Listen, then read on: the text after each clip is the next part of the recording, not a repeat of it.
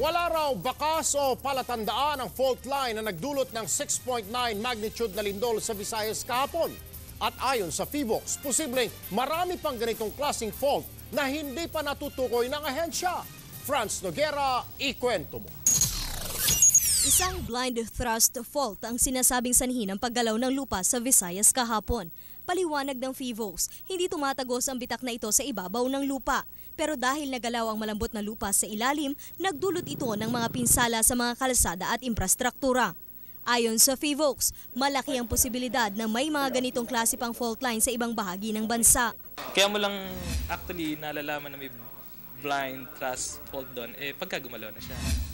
Posible rin daw na dahil matagal nang hindi gumagalaw ang nasabing fault, natabunan na ito at hindi na isama sa kanilang pagmamapa.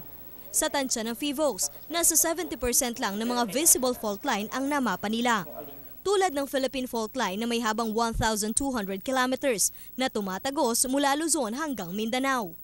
Nariyan din ang West Valley Fault na may 70 hanggang 90 kilometers ang haba at dumadaan sa Bulacan, Metro Manila hanggang Laguna. Huling gumalaw ito noong 1800s at hinug na para sa panibagong paggalaw.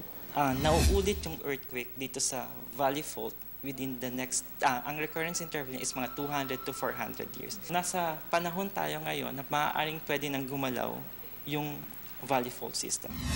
Babala ng PHIVOLCS, posibleng magdulot ito ng hanggang 7.2 magnitude na lindol sa Metro Manila kabilang na ang Bulacan at Laguna. Pero bukod dito, normal na raw na nakakaranas ang Pilipinas ng 20 lindol kada araw. Mahigit 900 aftershocks naman ang naitala sa Negros at Cebu hanggang kaninang alauna ng hapon. Ine-expect natin na within 1 or 2 weeks, tatagal pa yung mga nararamdaman natin mga aftershocks. Franz Noguera, News 5.